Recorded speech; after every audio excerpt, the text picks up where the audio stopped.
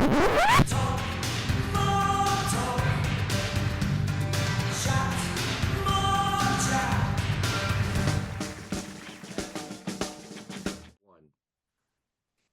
Hi, hi, hi, and welcome back to another edition of Talk More Talk, a solo Beatles videocast where we talk most of the time, 99% of the time, about the solo careers of the Beatles. I'm Ken Michaels, one of the three regular co-hosts of the show, known for my syndicated Beatles radio program, Every Little Thing. Also, another talk show podcast that I co-host with one of my co-hosts here, as a matter of fact, called Things We Said Today. And I also have my own YouTube channel, which is devoted exclusively to Beatles content called Ken Michaels Radio, being joined by my two other co-hosts. First of all, she is the queen of all Beatles social media, and no one even comes close. She's also the author of Songs You Were Singing, Guided Tours Through the Beatles' Lesser Known Tracks, Michael Jackson FAQ, All That's Left to Know About the King of Pop. Also, a book that she collaborated on with our colleague Ken Womack called Fandom and the Beatles. And she's got another Beatles podcast, Beatles related podcast, Toppermost of the Poppermost. She is the one and the only Kit O'Toole. Hi, Kit. Hi, Ken. Thanks for the great introduction. And hi, Darren. Hello. When you said Queen of Beatles social media, I thought you were talking about me, Ken. Yeah, you're in second place. Yep. Okay. Okay. So Darren DeVivo is our other co-host who has been a force to be reckoned with in New York radio for over 40 years. Wow. You never know what I'm going to say. It's fair. He's a force. I don't know if he has to could be reckoned with, but At New York's WFUV, and also a big Beatle fan, does a lot of work, especially at the Fest for Beatle fans, and does Beatles programming on WFUV and lots of great interviews. Darren, hello. Hello. hello. How are you? We are Happy doing All-Star Band Day. I don't know. Hello, and Kit. Hello, Ken. Hello, everyone. Hello, hello, we're going to just concentrate on talking about Ringo on this show. In fact, this is kind of like a bonus episode in some ways. No news in particular this time out, but because of the fact that Ringo just kicked off another All-Star Band tour, and the first show was in Bridgeport, Connecticut, which I went to, and then the second show was at Radio City Music Hall, which Darren went to. We thought we'd talk about the shows and also reflect on past All-Star Band shows and talk about what our favorites happen to be. Before we do that, even though I said there's no Beatle news, there's no way we could do this show without mentioning the passing of Brian Wilson. And I can just tell you from my own perspective, I don't consider myself a Beach Boys expert. I certainly know all their hits, and I've listened to Pet Sounds and consider it one of the greatest albums of all time. Brian was such a genius with all the music that he created and wrote and co-wrote, and had a mind of a producer and knew a lot about arranging. In some ways, I think of him as being sort of like not just a songwriter, but a Phil Spector, in that he studied sound and knew what proper instruments would work on certain songs. And certainly when you listen to Pet Sounds, you'll learn that from all the unique sounds that were put into that particular album. But got to see him in concert, I think about four times. There were two of them were Pet Sound Yeah. shows, hello. and Right. enjoyed every single one of them. And his backup band that he had for these shows were absolutely tremendous. I mean, they nailed all the parts of Yeah. Beach Boys songs. Like they studied them to a T, and you couldn't have had a better backing band. I saw him with Al Jardine in all those shows, and just a tremendous experience getting to see him. Feel very lucky that I did go Yeah. see him. I cared a little bit more about seeing Brian than seeing the other Beach Boys shows. Not to knock the other Beach Boys at all, but because of the fact that Brian contributed so much. I shouldn't say that like the others didn't, but Brian was, you know, such an icon, influencing so many people with his contributions, with his music, with the Beach Boys, his solo stuff too. So many people sign off their notes with love and mercy, Yeah. you know. But a tremendous loss. And I know Paul McCartney issued a statement, which you have there, Kit, that make Yes, read. very, very touching. Yeah. It says Brian had that mysterious sense of musical genius that made his songs so achingly special. The notes he heard in his head and passed to us were simple and brilliant at the same time. I loved him and was privileged to be around his bright, shining light for a little while. How we will continue without Brian Wilson, God only knows. Thank Mm, you, Brian. yeah. And you know that Paul has said he thinks that God Only Knows is like the greatest song ever written. Mhm. Quite a compliment coming from a great songwriter himself. Mhm. So, would you guys like to share your thoughts about Brian? Uh, Y- Yeah, I just think, he was undoubtedly a genius. I mean, when you listen to, I mean, so many Beach Boys songs, but particularly when you listen to All Pet Sounds, his imagination was just running wild on that mm, album. I mean, he was fearless. And some of the instrumentation on there, I mean, really unusual stuff. I mean, bicycle, bells and things like that. He made everything into an instrument. I mean, that's amazing. And the other thing that I think is important to note is that, he really brought jazz sensibility to rock. Of course, he was obsessed with the Four Freshmen. And if you really want to get a sense of what influenced the Beach Boys, what helped shape the Beach Boys, listen to a Four Freshmen album. I mean, it's the harmonies on there. Obviously, Brian studied mm, and Mm. then translated them to Beach Boys, the Beach Boys sound. And I mean, those harmonies are just unparalleled, and I think and wow, yeah, I mean, it's a big loss. It's a big loss, but at least we have the music to remember him by and to just appreciate over and over how ahead of his time, Brian really was. right. Okay. Darren? Yeah, I mean, it's you think about Brian and had he not had the issues that he had to deal with, can you imagine what else he would have produced? Good point. Um, Yep. I have the Smile box set, and it's like the brilliant idea after brilliant idea, this mad genius that at this point the wheels had sort of come off the wagon, and there was no stopping it as it was going down a hill. But Yeah. it was unreal what he was coming up with, and I think at the end there was no way it could be then cut back down into an album.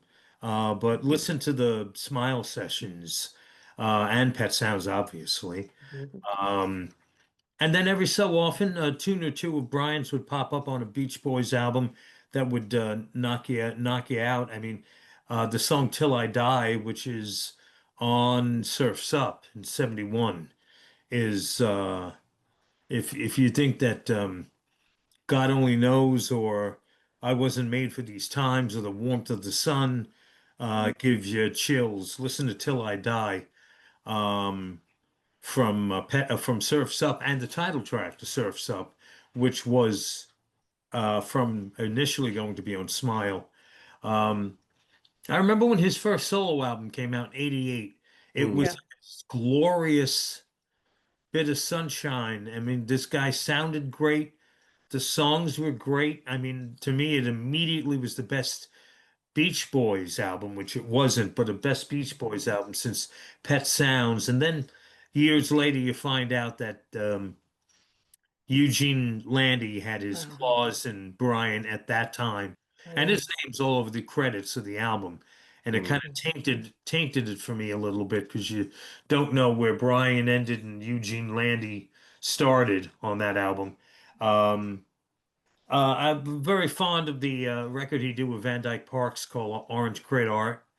Was a nice album. And I also, like Ken, got to see him a bunch of times. But including Pet Sounds, the Pet Sounds tour. I seem to remember being at Jones Beach for that. But the pinnacle was seeing the Smile tour at Carnegie Hall. And I think I was at two of those shows, at least two. Um, that was something special. That's when you felt like you were in the presence of, um, Greatness. yeah, I was even going to go like beyond that, and the heavens had opened, Oh, Mm. and then catching the reunion tour with the Beach Boys was pretty cool too. Not much of a fan of the Mike Love Beach Boys, to be honest with you, to be me either. but this reunion when they had put out that the album That's Why God made the radio or created the radio or Yeah. something like that. Great That was album. That was a yeah. great album. And the tour was really cool, but I mean, I remember having really good seats for that Beach Boys show, and that's when I realized the extent of Brian's state because it was apparent that he wasn't playing by this point, and but it was still when he started singing and when he was talking to the crowd, it was magical. And there will never be another Brian Wilson. And yet I did not feel particularly sad when he died because I thought he's out of his misery now. Mm. And um, the world not rang, the world squeezed every bit that could get out of Brian Wilson. And now he's at peace. And I know he was very ill at the end. Yeah. What could go wrong sound like was going wrong with him, especially mentally. Yeah. So, Yeah. uh, 82 years old and right before his 83rd birthday, which is coming up the first day of summer. It's Wow. How appropriate June is that? 20th. Yeah, He and Paul are 2 days apart. that's Wow. right. Yeah. Yeah, it's extremely sad, and I could tell you, I consider myself very lucky to be friends with Stephen Kalinich, who's a great poet, and he wrote a couple of songs with Dennis Wilson that's on the Friends album, Be Still and Little Bird, and he very close to the whole Wilson family. And even though Brian was getting worse, he loved performing, and he still would have been performing, even if he wasn't playing the piano at all or that much. He Yeah. really loved to go out there and perform. So I'm just very glad that I got to see him several times in the last few years. And oh, one other thing, and this is from talking to Lawrence Juber, and I'm not sure if this is in any of my interviews with Lawrence, but Paul gets a lot of credit for talking about Pet Sounds and how great God Only Knows is. But Lawrence said to me that in England, Pet Sounds was respected among Hmm. musicians. It wasn't just the Beatles, it wasn't just Paul, but they all praised the album when it first came out. Whereas, here it was kind of a disappointment in terms of sales. It didn't go very far, and it's really gained a lot in stature through the years. And a Yeah. lot of people credit Paul for that, and deservedly so. But it wasn't just Paul that loved it. The Yeah. British Hmm. musicians really did embrace Pet Sounds initially when it first came out. Hmm. So that should be said, I, definitely. I just, and I don't know how I forgot this. I just remember that I interviewed him. Oh, Um, wow. but the reason why I tend to forget was one of the few that I did that was just on the phone. Because most of the Oh, time at WFUV, we always tended to shy away from the phoners and want the artist, if possible, in person, or we'll go to you. hmm. There was a few that were phoners that were um, there was no other way around it, and Brian was one, and unfortunately, it was a very difficult interview. No. Um, he was very, very, very kind, but he was answering my questions before I had stopped and completed asking them. Oh, I had just read up. I'm looking up here. I got got something here. It's called a cell phone, Darren. Um, and I'm looking up because I can't remember which solo record was out that he was promoting at the time. But I had listened to the album a bunch of times and had read up on the making of and articles about it, and it was like I had all these facts. I was asking him these questions, and his answers were always completely contradicting what I had read of what Oh. he had told interviewers in the Rolling Stone, I think it was the one of the articles. So I just, we spoke probably only about 15 minutes. Mhm. But it was pretty cool and nice little feather in my cap, and for WFUV to have had a brush with greatness when Mhm. I spoke to Brian Wilson, and I still can't figure out what album he was promoting at the time, Mhm. but and what year it was, because you'd think my memory works, it doesn't. But anyway, so that's neither here nor there. Mhm. But yeah, so rest It's in peace, cool. Brian. And also Sly Stone. And I know Kit was a Mhm. massive Sly and the Family Stone fan.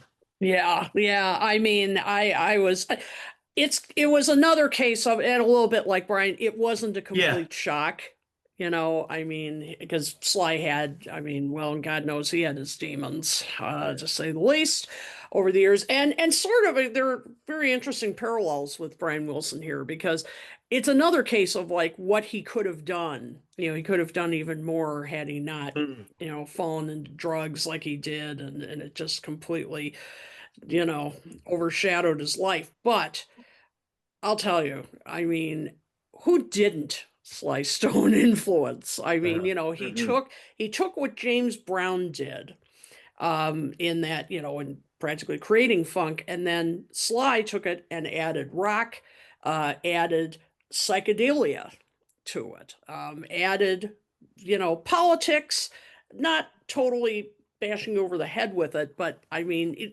and even having a band that was multiracial, men Yeah. and women. I mean, they almost didn't have to say anything to make a political statement. All they had to do was walk on stage together. Uh-huh. But I mean, his music was absolutely, it's timeless. I mean, when you listen to it now, it still sounds incredible. And of course, there's a riot going on. Is now considered his best album. Although I love Stand. I think Mhm. Stand is just an incredible record, and it's a case of there's a riot going on isn't an easy listen in many ways. Because he was definitely not in a good place when he made that album, but Which album, Kit? I didn't even hear there's a which one. riot going on. Oh, okay. Yeah, yeah. Yeah, hmm yep. I hmm mean, he was really getting into drugs at that point. He hmm kind of isolated himself, and but the songs on there, and even just that muddy sound and everything. I mean, Yeah. just so distinctive. Only Sly would put out an album like that, and because probably his label said, "Where's Dance to the Music? Where's Everyday Mm. People?" You Mm. know, we want those fun songs, and but he went a different way, and again, a bit like Brian Wilson. I mean, he could have put out another album, written more songs about surfing and girls and cars, and and Right. instead came out with Pet Sounds, and which also the record label didn't like. So, Mhm. these are kind of two people that were fearless and really wanted to get their message, their vision out there. Stevie Wonder was influenced by Sly Stone. I don't think there'd be a Prince without Sly Exactly. Stone. I Yeah. mean, the Yeah. list True. goes on Yeah. and on, So yeah, and it's sort of another case of he suffered a lot, for his art and all, but man, what a body of work he left. Mm-hmm. I was just so sad when I heard that. Miles Davis too was very much blown away by what Sly was doing, and Mm-hmm. and then Miles puts out like something like Bitches Brew. Yeah.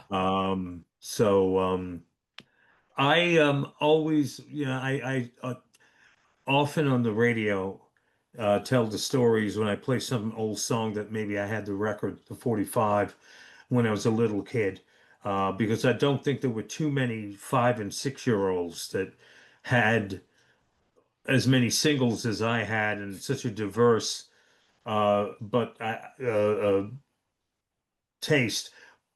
Family Affair was one of those 7 inches, and that muddy Wow. sound, Yeah. which I was even aware of at that age, was to me at that age was like, I like this song, Ma, but why does it all sound like this? And then as I got older, years later, I'm reading about if I knew this, I had forgot it. I played it this week on FEUV, WFEUV. I didn't realize Billy Preston is playing on Yes. Family Affair. Yes. Mm-hmm. He's playing pianette, Mm-hmm. which sounds like something you order in a French restaurant, but no. Uh, he's playing pianette because the Family Stone really by that time had fallen apart. Mm-hmm. Um, Yeah. some of the members had left, and I think a lot of there's a riot going on. May even have been Sly doing everything. He was almost everything. Mm-hmm. So Yeah. Which album was If You Want Me to Stay on? That was a really cool record. That is a great record. I think I'm going to double check, but I think it was Fresh. I'm Uh-huh. not sure. The bass on that is tremendous. Mm-hmm. Yeah. Absolutely. Oh, and bass. That's another thing that that they contributed. That Larry Graham, of course, oh yeah, was with them, and and Thank You for Letting Me Be Myself Again. That popping. I mean, right. that was kind of a new sound at the time, and again, it's Sly. Yeah, it was on Fresh. That's right. Yeah, If You Want Me to Stay is on Fresh. Yeah, that is a great record. And only Sly would cover Que Sera Sera Yes, Yeah, I heard that. and make it cool. Right.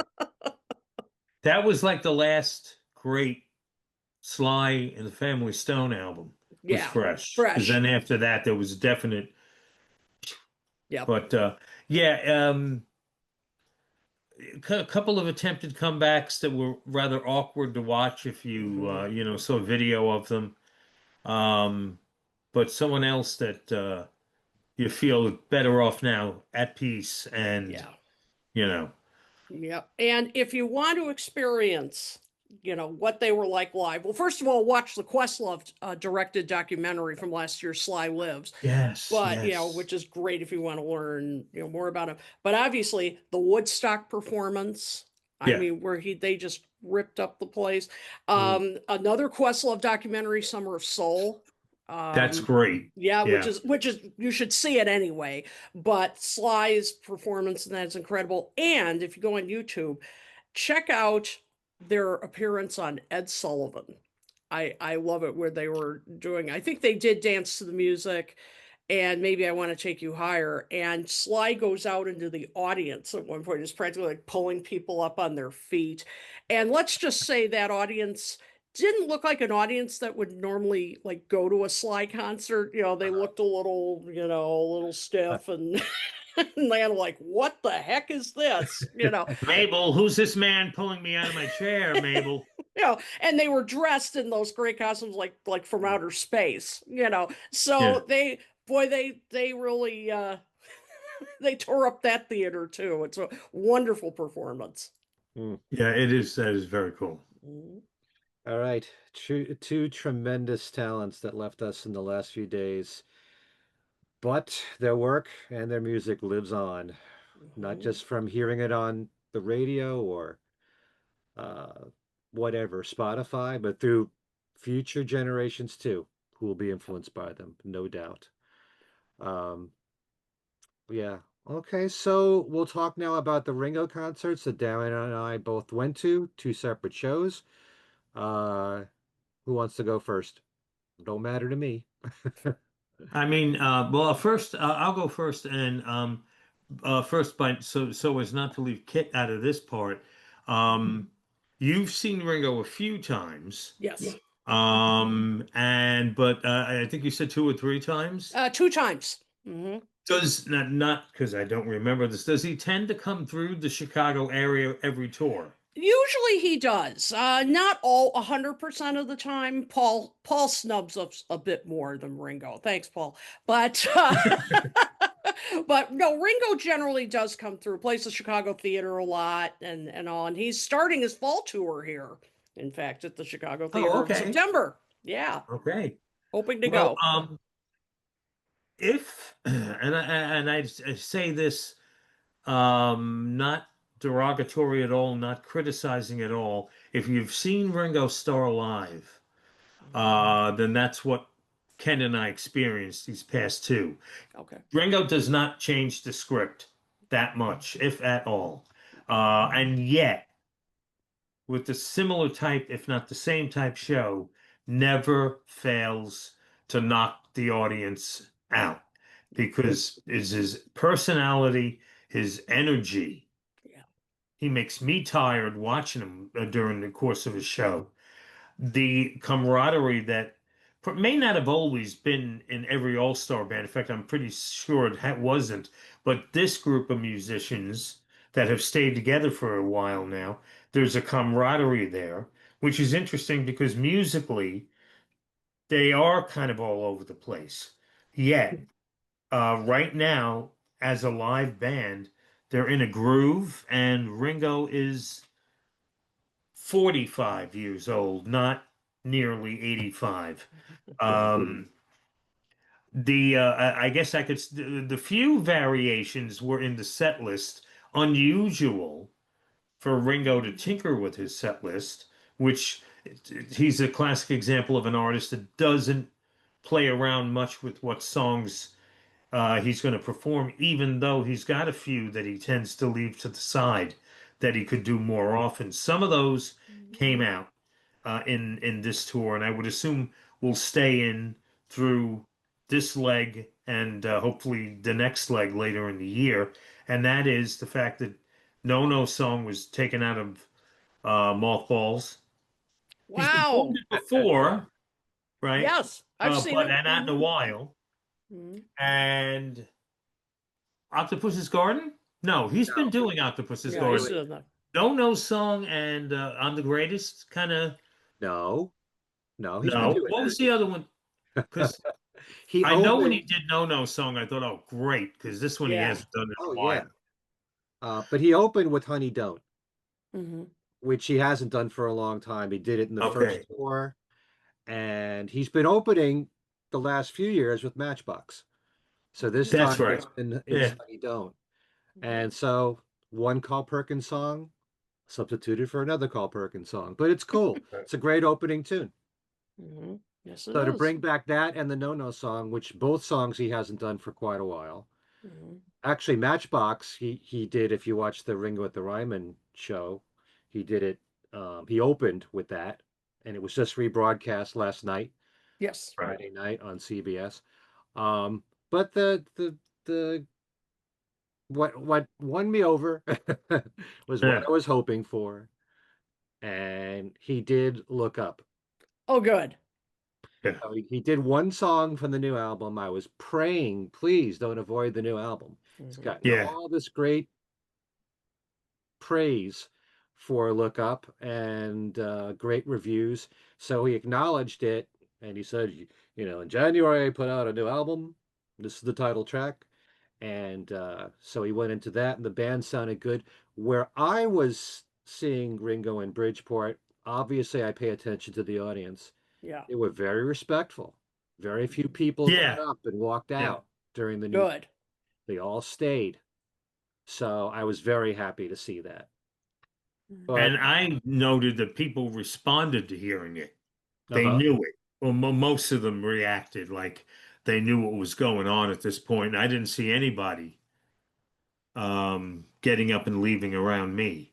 Hmm. Good. Uh, in fact, what was fun about the show for a while, till it started to border towards being annoying, was that right in front of me, I always tend to find the people who are large or like to stand, Tall. no Oh yeah. reason, or need to dance. They always tend to sit in front of me. And Mhm. I can appear to be, if you see me at a show, a bump on the log because bad knees, bad feet. I don't stand a lot. I like to sit. I don't dance, even when I was, younger and few thousand pounds lighter. Um, dancing was never my thing, but it was very cute. There was a family in front of us. Um, Mom, the daughter had to be around 12, and Wow. she was in heaven. Oh, that's great. It had to be the first time she saw Ringo, maybe second. Um, but she was jumping up and down and to every song was reacting to everything, even I'm the greatest. Hmm. Her mom um, was right there with her. It was very cute. It was dad standing up throughout the entire show in front of me, swaying right, left, Oh. right. That was getting on my nerves because I'm watching the show like this. She's trying to avoid him and his hat. But anyway, but seeing the younger generation, the young girl was like a joy that you feel almost jealous that you can't Yeah. feel that now. Um, but when Ringo started to look up, the girl I reacted a screech or something, and her mom like I heard her mom say, "You know this?" And she did. Kid may not maybe not as well as Yellow Submarine, but she knew Uh-huh. look up, and the crowd loved it. I thought it actually was came off like a little more of a rock song, maybe because live and with Steve Lukather on guitar Yeah. than it did on the record. Had a little slight more of an edge, like he does say, "Country, it's my country album." If Mhm. someone doesn't know anything about Look Up, they're thinking it's not a country song. Mhm. But Hmm. that was a pleasant surprise, of course, hearing No No Song and then these other tunes that I thought were also recent additions that weren't. But at least I was in my own world thinking, oh, great, Octopus's Garden. Wait, he did do this recently. And um, the You other know, parts of the for a band lot of years, Darren, I just want to say for a lot of years, he refused to do both Yellow Submarine and Octopus's Garden. And did, he would say, that's I'm true. not going That's to true. do the two water songs or the ocean songs or whatever, and now he's doing it. Good. You should. Did he break into singing yesterday? No. Yeah, that one thing I will give Ringo a thumbs up. He isn't scripted like Paul and some other people are. Some other artists where they'll say the same things Yeah. and with McCartney it'll go tour to tour to tour. He'll tell the same stories and tell the same jokes. Hmm. Ringo is pretty much unscripted, I think, and he said something on stage, and next thing you know, he's going, "Yesterday, all my troubles seem so." And then he goes, "Oh, I'm going to stop that now." And that got Steve Lukather playing different Beatle riffs, Oh, wanting to that do. And Ringo's like, "Oh, you want to stray from the set list?" And Lukather kept starting a new Beatles song. You get a couple of bars in, and Ringo would grab the neck of his guitar and go, "I'm not doing that." yeah. He did that at my show too. Oh, okay. Pete Lukather But started playing Day Tripper. yeah, some stuff. Yeah, and he did it a few of them, and Ringo kept, yeah, no, not that one. But singing yesterday was pretty funny. Hmm. That's great. Um, did Colin Hay crack the joke about going to CBS? Now he No. was talking about how when Men at Work were current in Yeah. the 80s, he would be in New York City and would be recognized. Mhm. Today he's not recognized. So he talked about having to go to CVS to pick up his medication. And he's on a long line and he wants to tell them, don't you realize I'm a Grammy Award winning or songwriter from the 1980s that was on MTV? He says, but I didn't. All I did was give them my birthday. But he It sounds was pretty great. I funny. I saw him in the 2018 lineup. I was stunned at how good his voice sounded. I mean, he No, he's sounded perfect. Yeah, just he just didn't like age. I remembered. Yeah, didn't age a bit. In fact, he's Mhm. got a new solo album coming out, Man at Work 2, Oh wow. which is a sequel to Man at Work, Yeah. which they were selling, in fact, at the show. Mhm. Really? Yeah, they were selling on vinyl at Radio City. They had another one of his Oh more wow. recent albums too, and they're reworkings of older Men at Work and solo songs. Cool. Um, But yeah, he hasn't aged a bit. I got a tip of the cap to Warren Ham, who never sounded better. Ooh. Singing, doing his bits in the Toto songs. Right. Um, a few times he hit some notes that I think he even caught the band off guard because Hamish Stewart kept turning around, looking at him, smiling at him, like could not believe the notes Warren Ham was hitting. You know, when he Yeah. does sings with the Lukather on the Toto songs, and it was, they were the All-Star band members did the same songs they always do, but yet it was great to hear Rosanna and Down Under, Hmm. and Cut the Cake and Africa and Hold the Line and Overkill. Uh, Yeah. and So they and did cut. So for Average White Band, they did Cut the Cake, and did they do Pick Up the Pieces pick or? up the pieces first, Cut the Mhm. Cake second, and then he always does an Isley Brothers song. Oh, Work to Third. Do? To do. Yeah. Yeah. Yeah. Yeah, I And remember when the first album came out from the Average White Band, and they were playing "Work to Do" on the radio, Yes. playing it on rock stations. okay, yeah. Oh wow, Hmm. okay. I Yep. forgot the Average White Band covered that. Hmm. Yep. Yeah, and Steve Lukather did, as I mentioned, Rosanna, Rosanna. Africa, Hold the Yep. Line, Colin Hay, Overkill, Hmm. um, Down who's Down Under. Under. Who Down can Under, and Who Can It Be Now? Hmm. Um, Still kind of waiting for him to break out Be Good Johnny. Yeah, that'd be Um, cool. That's a deep cut. and Trying to think no, I'm not forgetting anyone. No, that's it. It's a small band, it's a tight show. I think it Mhm. was a little bit of a shorter show than I remember, and that was probably because there was one less All-Star band member who was doing tunes. Buck Johnson on keyboards, more of a support musician, taking over for Edgar Winter, who Mhm. left the tour last year. Right. So that's one less person. And so I think that affected the length of the show. I was expecting it to come close to 3 hours, or two and a half Right. hours rather. Oh, going beyond More two like hours. two. A full show is normally around two. Yeah. A few short. Ringo didn't do the thing that always cracks me up is when he explains why you're not getting an encore from him. Mhm. Where he explains that, I'm only going to come back. You know I'm coming back, so I'm not going to leave. He just seamlessly went through to the end of the show. So, And he and has a yet point.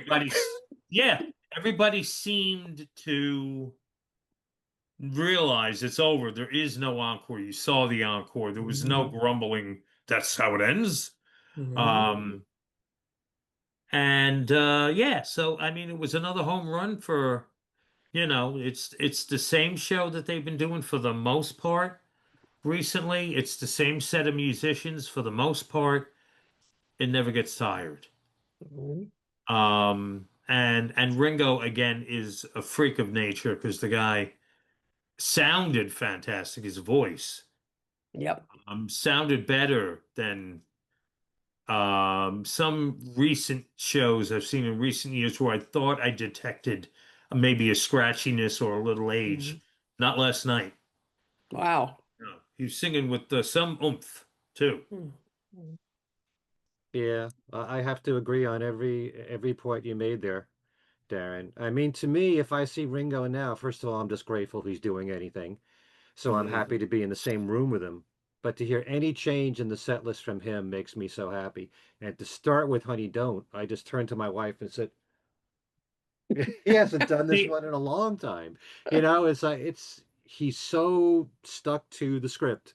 Yeah. I mean, as far as his set list, and to make these changes, I would love for him to bring back Weight of the World and Don't Go Where the Road Don't Go, or one tour he did, Oh My. I wouldn't mind if he did that. All yes, right. that he could bring back. Yeah, back off Yeah. Boogaloo. Yeah. Well, he's done Back Off Boogaloo a lot on tour, but Mhm. he took it out of this set list. He Mhm. also, yeah, I'm trying to remember. Did he do Don't Pass Me By? Yeah, he did it the last time I saw him. No, but I mean on the Yeah, I know, but yeah. Not this tour. okay, so he took that one out. Boy, that's Yeah. surprising because that's the country. Yeah. Wait, I have So, the set list here. mhm. I Um, remember, he he they blend into one another. So it like if some people like Ken's got a good grip on a song that he's done many times but hasn't done the last couple of tours. Right. I sit there and go, he may have done this last tour, I don't remember, but he's done it Mhm. before. Um, yeah, where I put the set list here. So he starts with Honey Don't, and then It Don't Come Easy. Then he goes back behind the drums, and Steve Lukather center stage for Rosanna with a monster guitar solo in the middle of it. Then Pick Up the Pieces, Hamish Stewart doing the old Average White Band song. Ringo again behind the drum kit, and he plays after Pick Up the Pieces. He's on drums for Down Under, the Men at Work tune, and Ringo stays back there to do Boys, which was nice to see Colin Hay take a solo on that one. Mm. Um, and then Ringo comes back out front, and he said that this is a song. This is a song that my old friend John wrote. He couldn't, something like he couldn't perform it because he's not this. I am. And he goes into I'm the greatest. Ah, You notice, Um, by the way, Darren, um, he changed the lyrics. Now he said, did he? now I'm way past 32. I didn't catch that. Oh, okay. Ah, Yeah, Yeah. I that's didn't hear cute. that, but he did make a joke, he make a comment about that after the song was over, but I didn't hear that. On the Greatest is followed by Old Submarine. Then it went to Cut the Cake, Average White Band, and that's when Hamish Stewart slipped in a little of Thank You for Letting Me Be Myself. And nice. then I thought that I looked down, I thought there was some technical issue on the stage because I see Colin Hay and Steve Lukather walking off stage. Hmm. Well, this was for Greg Bissonette to go off and Mm. play all these riffs actually with Steve Lukather. So it Hmm. was Colin Hay and Hamish Stewart walking off stage. And it Hmm. was every classic rock riff you could think of, and Greg playing the drum part. And then they go to another one. They probably did like a dozen of those.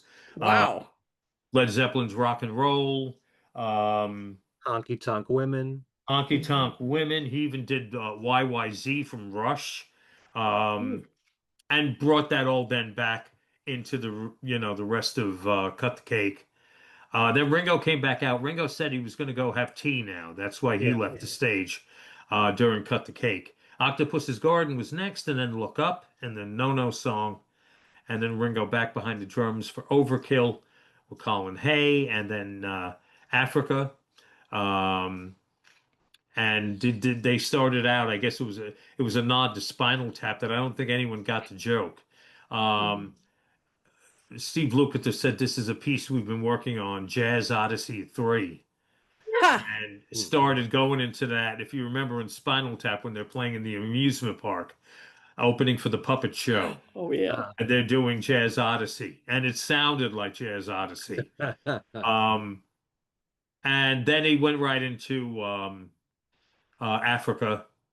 And then Work to Do, Colin Hamish Stewart doing the Isley Brothers, Average White Band, and then I Want to Be Your Man, Who Can It Be Now, and Hold the Line, Ringo playing drums, and then Ringo came out front for the rest of the show, Photograph, Act Naturally, with a little help from my friends into a coat of Give Peace a Chance, Mhm. and that was that. Mhm. if you notice, when Edgar Winter was in the band, obviously big number was Frankenstein. And that was always right in the middle of the show, and that's when Ringo took off, took a break. So now That's true, yeah.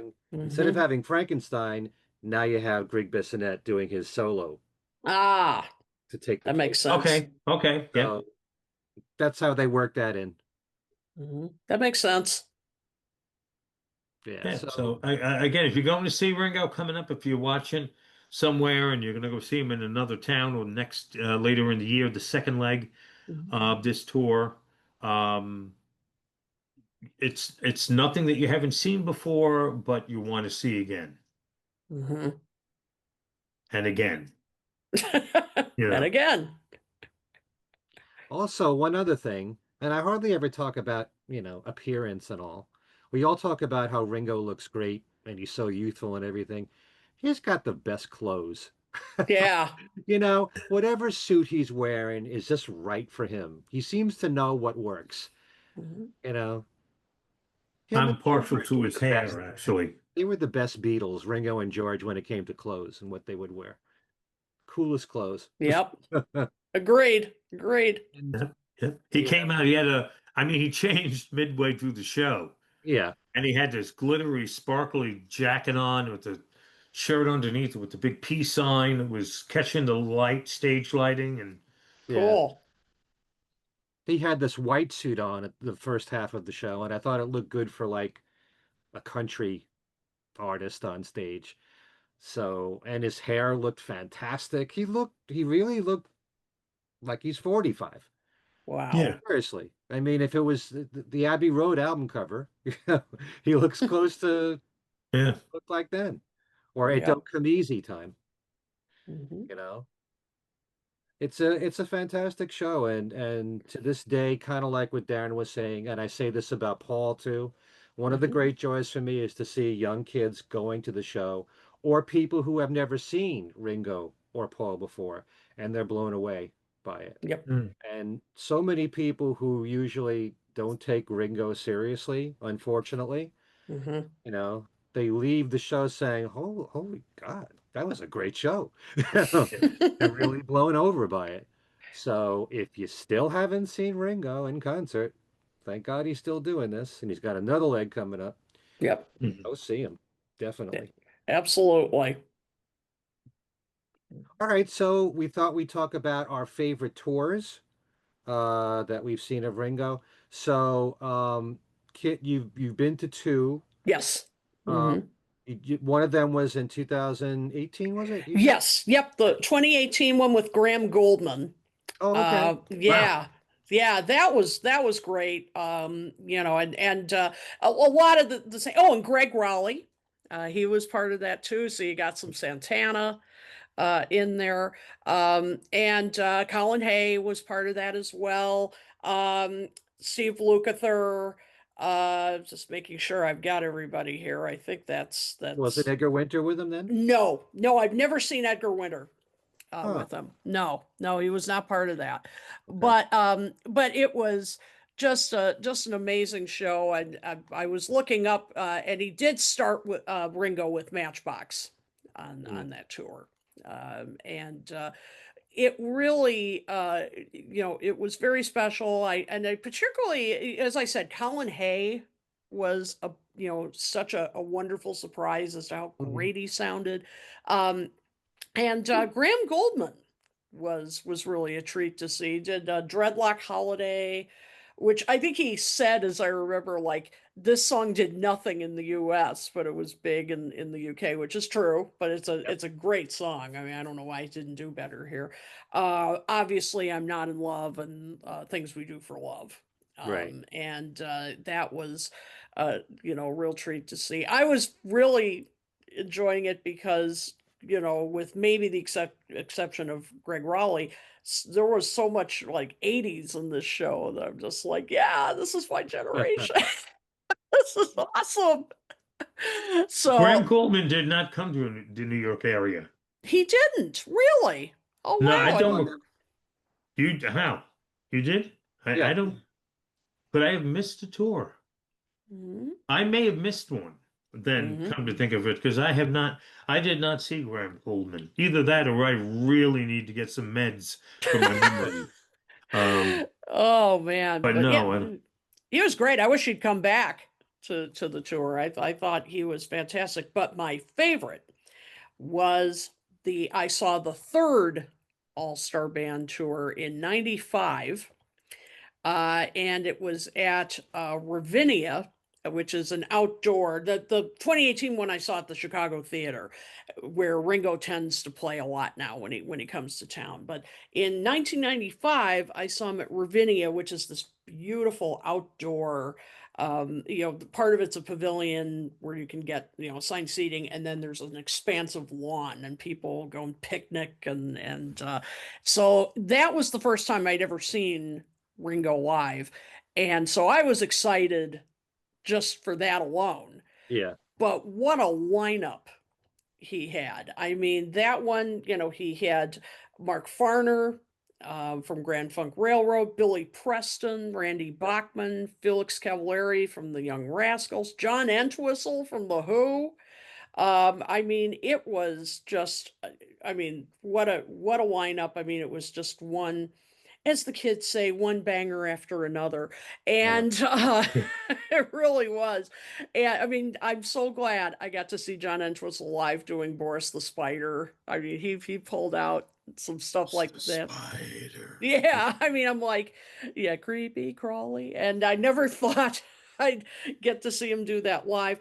And I double checked the set list, and I do remember Ringo doing this, starting out with Don't Go Where the Road Don't Go. That was the okay. first song, yeah, which I don't know at that point if I knew that song as well, but I just remember being so psyched, to hear it. Billy Preston, of course, did, what you would expect, Nothing from Nothing, Will Go Round in Circles. Um, and Felix Cavallari, I particularly remembered them doing Groovin'. They Yeah. did a Yep. great version of Groovin', and People Got to Be Free was also part of it. But for some reason, Groovin' really stood out for me. Yeah. And of course, well, as I said, John Entwistle did Boris the Spider, My Wife. Yeah. Yeah, I mean, he did some, deeper cuts that obviously were connected to him. Hmm. And I mean, it was, oh, and Randy Bachman, which I'm kicking myself that the last time I saw him at the fest, I got to talk to him. I forgot to tell him that I saw him in the show. So I'm kicking myself now, but oh well. Um, doing both Guess Who and Bachman Turner Overdrive, No Sugar Tonight, Taking Care of Business, obviously. Right. Um, but it was just, as I look back, I'm just like, thank God I saw that tour, because I mean, some of those people are gone now, Yeah. and it's just it was, just a greatest hits of 60s and 70s, and Ringo, of course, was, in great voice, great shape, and I never thought that I would say, then all the years later when I saw him in 2018, that he was still doing jumping jacks on stage. I mean, I Yeah. never would have said that, thought that, but he is, He's it's, doing them now. he's doing them now, and I mean, and he did do the No No song at that date. He did not do it in 2018, so I'm glad he's bringing it back, because Yeah. that's fun. That's a fun song. Yeah. Well, that's the thing about all these all-star band tours. Every lineup is a great lineup. It's Hmm. just it's very cool that the second tour he had Burton Cummings, the third tour he had Randy Bachman. Yeah, Yeah. yeah, Might have been, interesting if they were both in the same. yeah. That would have been even better, but I'm not complaining. So Oh I would no. say, of the two, as great as the 2018 show was, and it was, probably the 95 one is my favorite for sentimental reasons, partially because it's the first time I ever saw Ringo live, but also for that stellar lineup, and just some of the songs I still remember, hearing then. Hmm. So yep, the 95 tour. That I would have to give the edge to that. Okay. You'll have to see him some more, Kit. Yes, so I can do some more comparisons. Absolutely. Darren, you have a favorite? Um, it's hard for me to pick out a favorite lineup. I will say that, of course, the special one, it was the first one in 1989. Having never seen a Beatle live before, and of all the Beatles to be the first one to see, it's Ringo. Yeah. You know what I mean? And that was like Ringo's touring. It was so exciting. Hmm. And being a big fan of the band, you had Levon Helm and Rick Danko there. and you had the Bruce Springsteen angle with Nils Lofgren and Clarence Clemens and Billy Hmm. Preston. Everyone loves Billy Preston and the one and only Dr. John.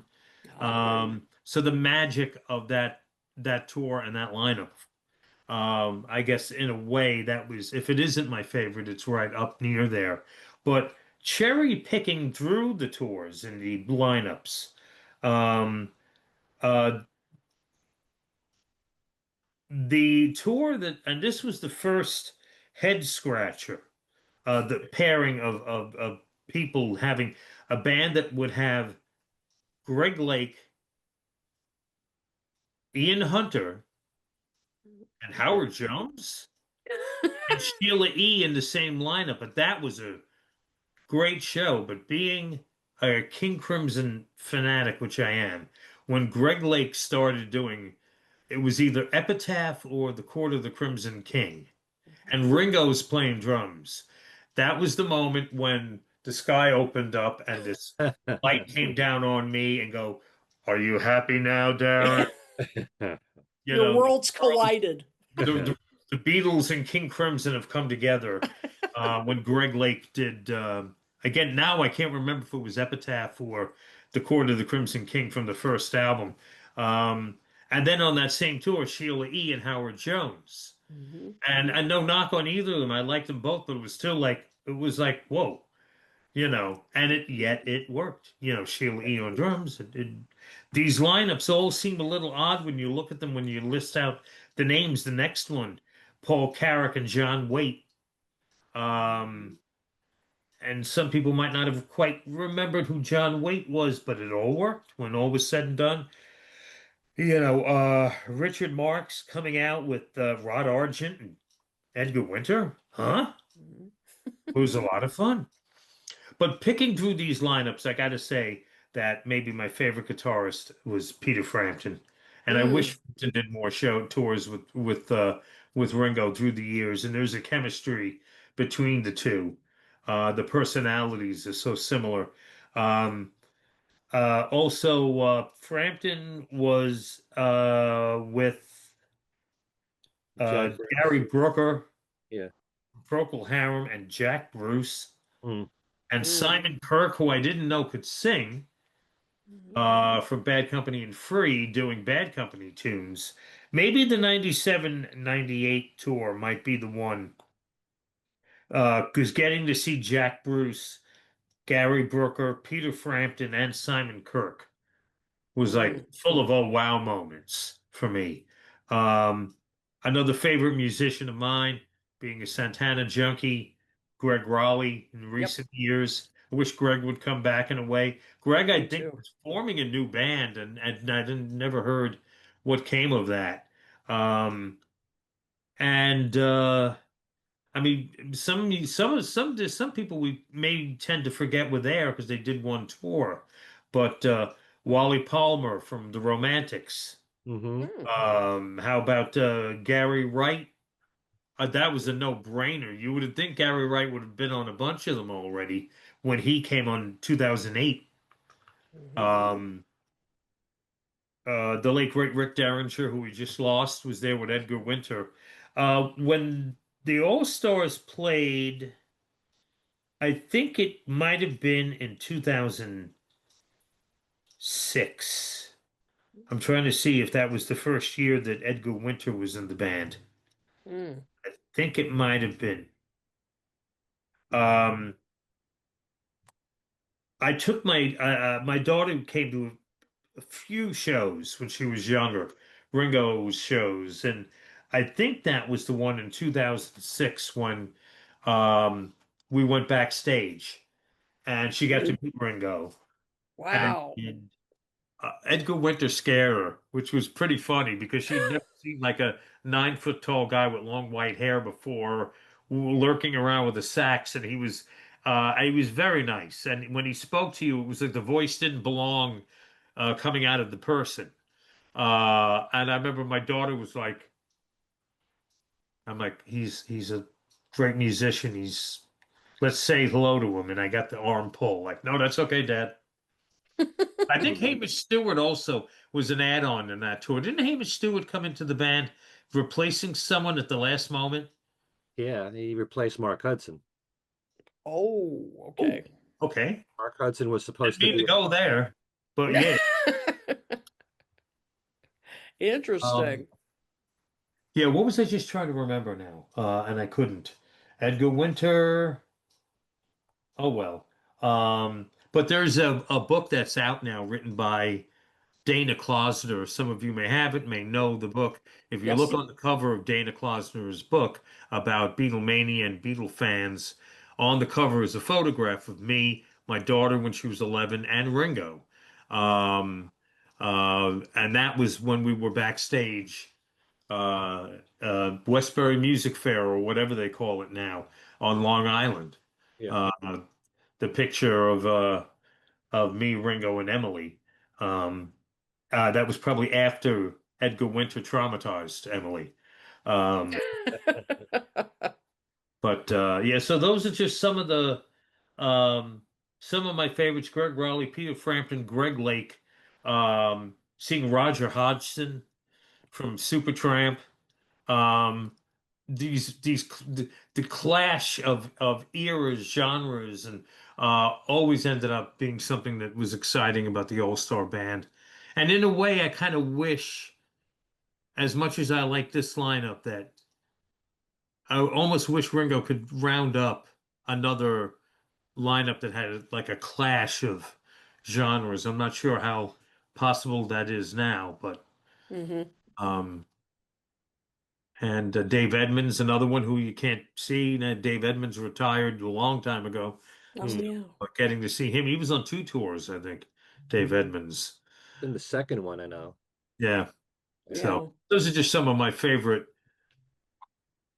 band members and the tours they were from. Mhm. All right. Great. Thank you, Darren. Um, I've been to every one of his tours. I'm very fortunate. I also have a wife who's a first generation fan who insists on seeing more than one show if she can with every tour. Mhm.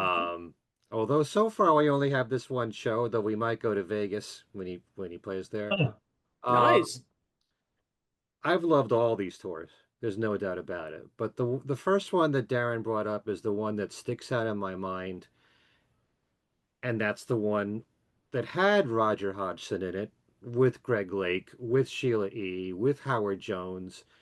Um, and for the very same reason that Darren just said, the fact that you have all these different decades of music mixed together, going from In the Court of the Crimson King to The Glamorous Life, Yeah. yeah. and I love that. I love that whole aspect of it. It all worked. And Mhm. Roger Hodgson, to me, is one of the most underrated singers we've ever had in rock.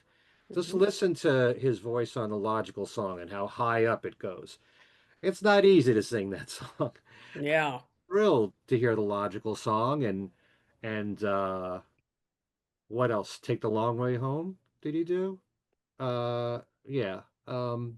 It was a tremendous show. And Greg Mhm. Lake was fantastic. Howard Jones. Every time that I see some of these later people, if you're thinking like a 60s and 70s person, I'm saying, is Ringo familiar with Howard Jones at all? Mhm. You know, but all these songs work. Yep. Somehow it all works. Mixing that in with all of Ringo's songs.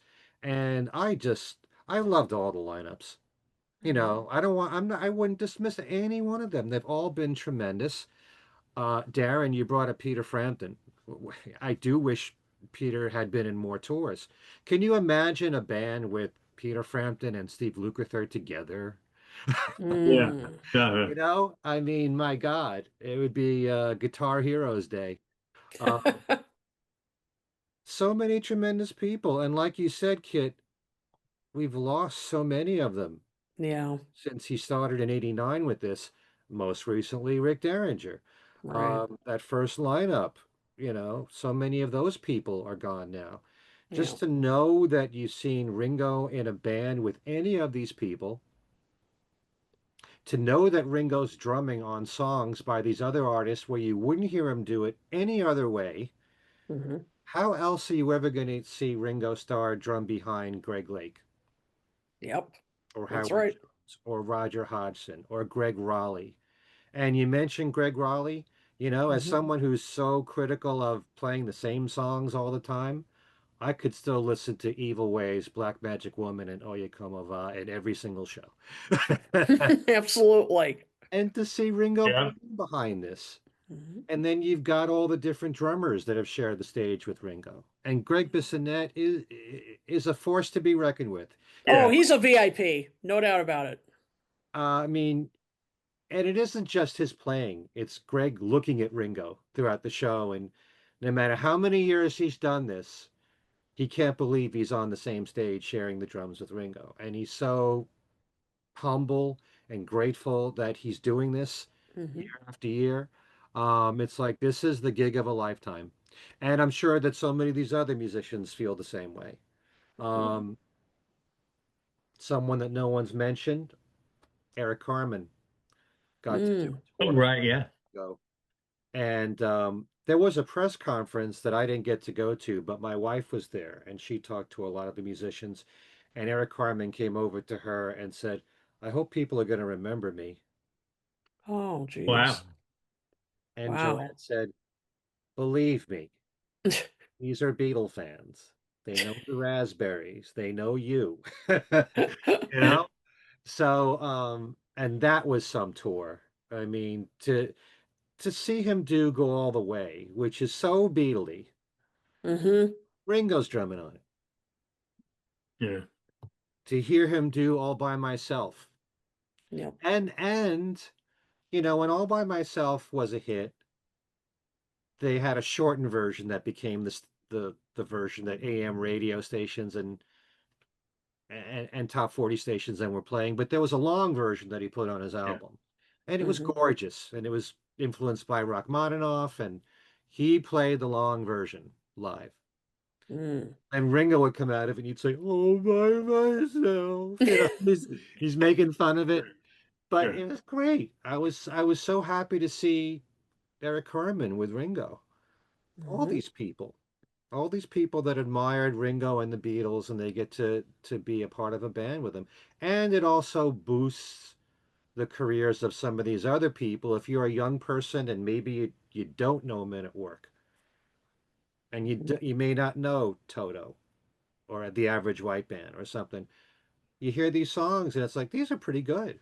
Or maybe you heard them a long time ago and you haven't heard them for a long time, you know. Yep. And I think it helps to ignite, you know, the careers of some of the other people that have been part of his lineups. Yep. And it was a big thrill from year to year to see what changes he would make, who would stay, who would leave. Jack Bruce was in 3 tours with Ringo. Yeah. Wow. And Kirk was also in 3, if I'm not mistaken. You know, and every time there was a change, you'd start thinking, okay, he's going to do this song, he's going to do that one. You'd figure it out in your head what the biggest hits were. Yep. And also something that I brought up a few times, and I do miss this about the All-Star Band tours, was when an individual member would get to do a solo song in the middle of the show. And Hmm. you can go to two Right. different Yeah. Ringo shows and have a slightly different set list for that reason. Yep. So I like that, you know. Either a keyboard player or a guitarist would be there alone or maybe with one other member, and they do a song that was a lesser hit or a brand new cut from a new album. Hmm. You know, a lot of these people are still making new music. Colin Hay made an album not that long ago, and Ringo plays on one track. I would have loved to have seen that done. Yeah. I think the last artist that I could remember doing that solo was Richard Page. Would Uh-huh. always do a brand new song he'd written. Always. I at least more than once, more than one tour. And Right. then it seems like after that, there isn't that quiet mid-show moment when someone's doing one of their tunes that's a little introspective or, or something that's a deep track or a new song or something. Yeah. Yeah. But I love that aspect of it back then. And I'm just thrilled that he's still doing this. And most of all, that he apparently enjoys it. He wouldn't be doing it if he didn't. And apparently Right. he loves this lineup, and good for Hmm. him. Absolutely. As much as I'd love to see, you ever think, would you feel comfortable if Ringo dipped into the 90s with an Yeah, artist? sure. I'd be fine with Yeah, that. sure. Absolutely. Yeah. That's a I'm long time ago now. So, exactly. Don't Uh, say that. I was going to say, shut up. It's not that long ago at all. I'm the oldest one here, so you both have nothing to complain about. I remember the and I also remember the debates that we'd have. Who is a candidate to be in the All-Star band? We Hmm. used to do this at WFUV in the late '80s with Traveling Wilburys. Who's a traveling Wilbury and who isn't? But with the All-Star band, I always thought there was going to be an announcement one year that Roger McGuinn was Mm. going to be an All-Star because I thought this is perfect, Yeah. but that never happened. Yeah. It's a shame. When I was in Fab Forum, which was the first podcast I was a part of, a Beatles podcast, I remember before these two people passed away, we did Hmm. a show where we mentioned who we'd like to see in the All-Star band. And I mentioned Jerry Rafferty, Mm. and I mentioned Bob Welch. Oh yeah, Seemed to be just the perfect candidates. Yeah. yeah, but especially Bob Welsh, Yeah. both of them. But You could hear Jerry Rafferty stuck in the middle with you, um, Baker Yep. Street, right down the line. Hmm. mhm. Bob Welch, you could Yeah, hear um, uh, Sentimental Lady, Ebony Eyes. Lady, Ebony Hmm. Eyes. He had another minor hit, at least one more. Hmm. So now I don't wish for any. I don't want any bad luck.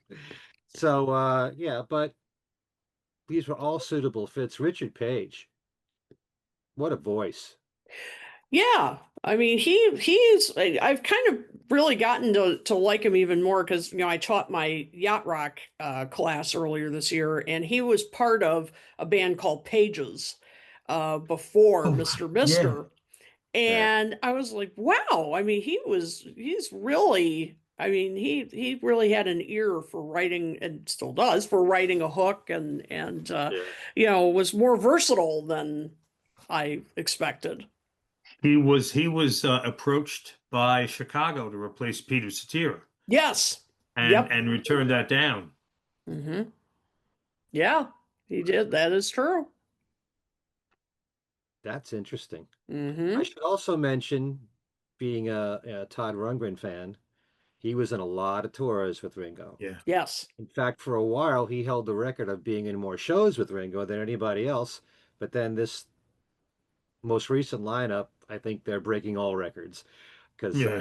hasn't changed, most of these people for a long time now. I would think by now Steve Lukather has to hold the record, I would think. Yeah. Could Yeah, I be. would think so too. And not surprising. I mean, he's so versatile. Yeah. Who couldn't listen to Steve Lukather play guitar for a few hours? Yep. Yeah, that's amazing. Exactly. But I would definitely say the tour, the one that I mentioned with Roger Hodgson, is probably my favorite. Love the first tour, just Hmm. for the fact that it was the first tour. And as Ringo said, he was so insecure that he loaded it with so many musicians. And but I love all of them. It's Hmm. really Yeah. thick. Every single one of them have people in there that I dearly love. Yep. And to hear them do their songs together, to see the combinations that we've seen, to see Ringo drum behind these songs by other artists that you wouldn't hear otherwise, Hmm. know, how can you go wrong for 2 hours of that? Right. You know? I mean, I liken it to, like a classic rock jukebox. I mean, it's Yeah, wonderful. I mean, it was a absolutely. brilliant idea. Whether it was Ringo or was David Fishoff the In the very I think it original? beginning, may he have been started this whole his. thing. Yeah. Yeah, that's what I thought. Yeah, I mean that it was brilliant. Absolutely brilliant idea. Yeah, he's the guy who started the Monkees tours. Yes. Yep. I remember that. Yeah. And we owe a lot to him because Ringo took it upon himself to take the reins and do it himself. Hmm. And he's been doing it now since 1989. And who would have Yep. figured? Yep. That's right. All right. I don't know. The biggest surprise of all is Ringo loving doing this. Although he Hmm. said so many times his dream in life was to play drums and to work with great musicians. He got to do that in the Beatles and all the people that he's worked with on his own. And, apparently the touring is very important to him. Yep. So that's why he keeps on doing it. And And God hope he bless does all it of for many us. more years. Yeah. Yeah. Think about all the great memories we have now Hmm. that Ringo has given us from all these years of touring. Hmm. God bless him. Yep. That's for sure. All right. So we've shared our thoughts. You guys watching this, you tell us which is your favorite tour. You can mention a few because there have been plenty of great ones. Yes. So yeah, put your comments down below on our YouTube channel or in any of our audio platforms that we're on. And thank you all for watching. And do you want to tell the folks what we're up to before we go? Sure. Yep. Sure. Yep. Okay. Who goes first? Uh, Well, Darren, you and I yeah. are on the Oh. same shows, so you can just represent me. Mhm. Um, you can check me out at WFUV, although I'm going to be off for about a week coming up, starting Wednesday the 18th, when I'm going to see Paul Simon at the Beacon Theater.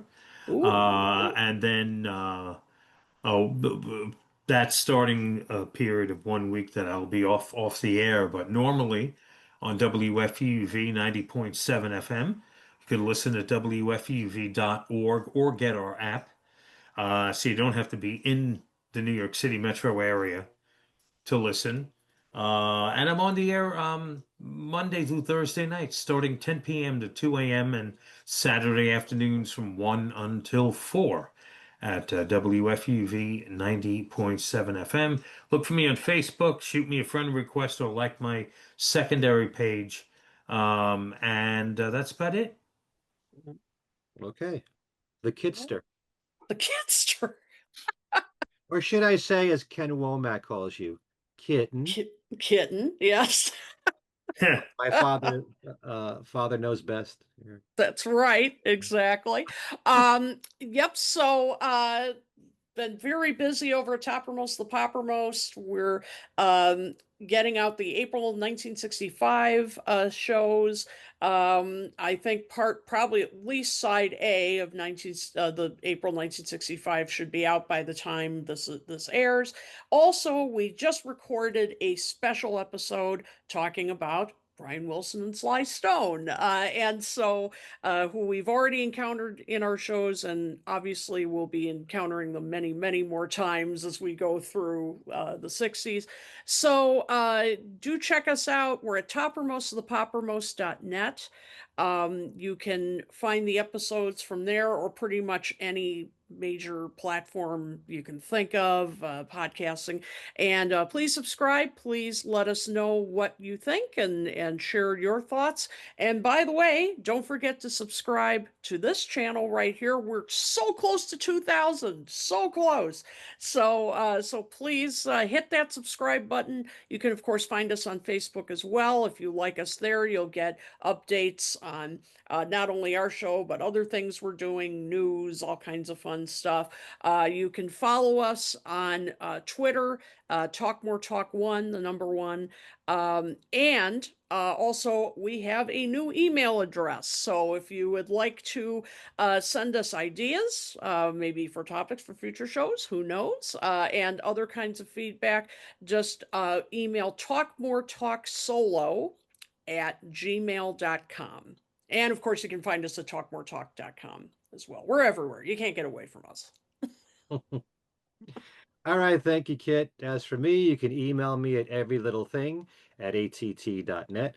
My Beatles radio show, the syndicated show Every Little Thing, you can listen to on New Jersey's WFDU They're now running it twice on the weekends, on Saturday mornings at 6 a.m., Sunday mornings at 8 a.m. You can go to WFDU.FM. You can stream it live, or you can listen on the radio. Remember the radio? 89.1 FM. And if you can't listen to the show live, you can go to WFDU's website and go to the archivals page, and you'll see the last 2 weeks of shows on there. My newest show is kind of like, because the one-to-one documentary just came out, I decided to do a thematic set of all solo Beatles performances that were all done at Madison Square Garden. I thought that would be a cool idea. I also have My Valentine in there, the new duet with Barbra Streisand and Paul McCartney. A tribute to Denny Lane is in there, a musical twofer from 1965. And so you can listen to that this weekend on WFDU. Okay, it's probably going to be in the archivals page too. My other show, Things We Said Today, we just did a show on Venus and Mars like we did here. We're Venus and Mars happy. We did a show on Talk More Talk where we talk about the songs, and we did a show on Things We Said Today where we talk about the history leading to the album with, of course, Alan Kozin and Darren. You can check that out. We'll have another show coming soon. And on my own YouTube channel, Ken Michaels Radio, I just did a show with our pal Owen Lynn, who is a music journalist who's written for so many different publications, Culture Sonar, one called Dirty Movies. I didn't want to get into that on my show. You The asked about family it, show. okay? But anyway, the reason why I had Owen on is because he also writes for Record Collector. They had issues in December of the last couple of years devoted to specific Beatles. 2023 was this one on Paul McCartney. Last December was on John and Yoko. They're going to have a new one this December on George Harrison. The one from the McCartney one, Owen wrote a review of Paul's new album from 2013. And I said, we'll do a show on it. Took a year and a half to happen, but we just did it on my channel, Ken Michaels Radio. And we just did a really fun show, which Darren was a part of, a reunion of all the things we said today. Co-hosts going back to Steve Marinucci, who started the show with me, and Al Sussman, who was co-host for several years. And I did a brand new idea called Beatles Preferences, and I know I'll get Kit in on this too. And that's when I pair off two songs, Beatles or solo songs or albums, and my guests have to pick which ones they prefer to listen to. Ooh. Not necessarily what they think is better. It's two separate things. It could go hand in hand, it might not. And so, for example, um, the album Let It Be or Let It Be Naked, which one do you prefer? Um, the American Rubber Soul or the British Rubber Soul? So everybody is challenged on this and they have to say how they feel. And it makes for a really interesting program. I'm going to try to do more of those.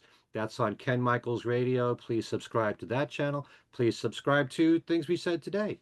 And of course, us. And always check my website, kenmichaelsradio.com, for Beatles trivia every single week. And there's contests where you can win 1 of 10 prizes. And just look at the Beatles trivia and games page right there, kenmichaelsradio.com. And I think that's everything. All right. Okay. Alrighty. So, as we said, go see Ringo. Yep. If you've seen him Definitely. 10 times, see him for the 11th time. If you've Right. never seen him, see him now. Do it. Yeah, it's such a blessing that we have Paul and Ringo still active as they are. Um, always be grateful for that. Yep. He puts on a great show, as Yep. do all the members of the All-Star Band. Mhm. So thank you, Kit. Thank you, Darren. Thanks to all of you for watching. And we'll see you next time. And Peace look and up. love. Yep. And peace and Look love. up.